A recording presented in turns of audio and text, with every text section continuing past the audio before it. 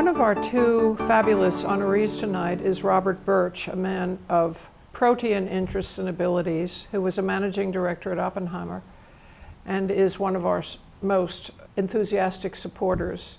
He and his colleague, Mr. Dershan, who is the other honoree tonight, Mr. Dershan being an expert, probably one of the world's most expert authorities on aeronautical matters.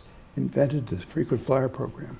And among other things, invented the frequent flyer program, is also a supporter of the first fellow, the Birch-Dershan Fellow. We've never had a gift of this sort before. We've funded fellows from individual donors, but your joining with Bob to make this grant is extremely encouraging to us. And as you know, the young woman is here tonight. How did you become interested in the foundation, Mr. Dershan? Well, it really began with my wonderful wife, Dari, who passed away in December of 2010. That's really how I got to know you first. I had hoped, that 40 years ago when my wife, Dari, was diagnosed with a very serious, incurable muscle disease, that we would have had the kind of research that you're doing in these diseases that were considered hopeless years ago. And so I'm very close to this program and are really hopeful that you can come up with cures and extend people's lives and the way how they live in the future. We hope so too. Bob, what do you look for in the many different kinds of organizations that you support? What are your criteria for support? Well, normally most of the philanthropies I'm involved in, I know the people who started them are personally are friends of mine. So I usually am involved, either I'm on the board of them or I just admire what they do, helping school children or, many different things. I'm most involved in things where you have a direct impact as opposed to giving to an institution which already has billions of dollars.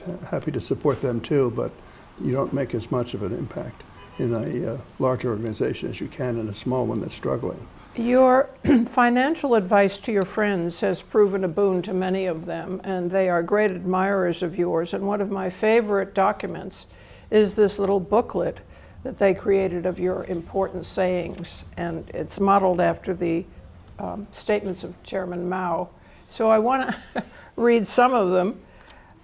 If you don't know the game, don't play. That's one of my favorites. He who borrows which isn't his'n must replace it or go to prison. Here's one that I like. There's no use waiting for your ship to come in if you haven't sent one out. So are you a big risk taker or a judicious risk taker for your investors and yourself? I'm an opportunist. I take advantage of other people's mistakes. Our business is one of great ignorance and inefficiency, and that's its greatest attraction by far. Most people are not aware how little they really know, and therefore they create great opportunities for others. Another favorite of mine. Men's tales of their conquest in the stock market are second only to their tales of their conquest of women and are to be believed accordingly. Absolutely accurate. Most people tend to believe their success, remember their successes and tell you about them, not tell you about their failures. Our second honoree tonight is Mr. Michael Dershan, who is probably the foremost expert on aviation history and airline development in the world. Among his many achievements was the brilliant insight of establishing the frequent flyer program for American Airlines. Tell us about the frequent flyer program and what an insight that was. I certainly love it. Well, I went to American Airlines the second time, actually, in 1975. It was a period called de facto deregulation. It was when the government was looking closely at deregulating the airline industry, but had not decided fully to do that. And so that was how the first frequent flyer program began. I had a small group working with me. We did some brainstorming, and we came up with, among other things, the concept of what I call the green stamp concept. You know, in other words, the more you spent on American, you got credit, and after a certain amount, that turned into a prize. And in those days, a prize was quite easy, a free trip to Hawaii or anywhere else you wanted to fly. Tell me, what prompted the Mexicans to name a plane after you? What is your connection with Mexican air travel? Early last year, the head of a low-cost Mexican airline called Volaris, which is the Southwest Airlines of Mexico, gave a speech. And typically, at the end of a speech, everybody puts a business card in the bowl, and you generally will get, if the prize is a model airplane. In this case, he said, well, I'm doing something unique. We're going to have an all-expense-paid trip for whoever wins this, for the person and the family, and we're going to name a plane after them. We're going to christen a plane after him. I see. And sure, I wasn't really paying much attention while I said it, but then he pulls out the card, and there it's me.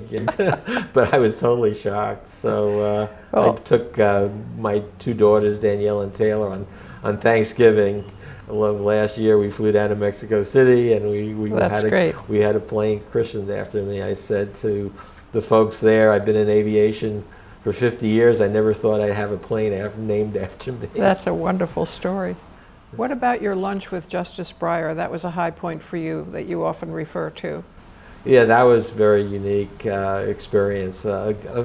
Justice Breyer, we have a good mutual friend named Craig Drill, and knew Justice Breyer well before he was on the Supreme Court, and they were talking about how the airline industry had evolved to where it is, and Justice Breyer said to him, well, I'm sick of talking about Obamacare. I would love to talk about the airlines for a few hours. Was that recent?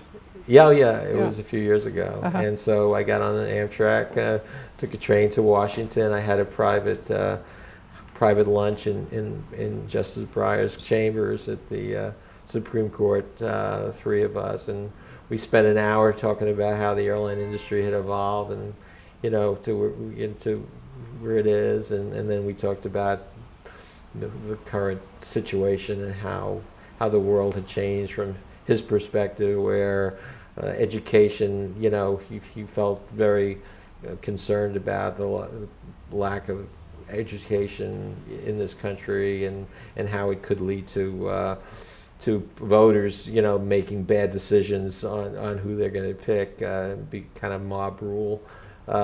He was also concerned about the disparity between the parties and polarity, and he said back when he was working for Senator Kennedy in the early years, even though there was great disagreement between the Republicans and the Democrats, in the end, they would come up with a compromise that was good for the country. He said now that's not happening, and that's very bad, he felt. That's very interesting.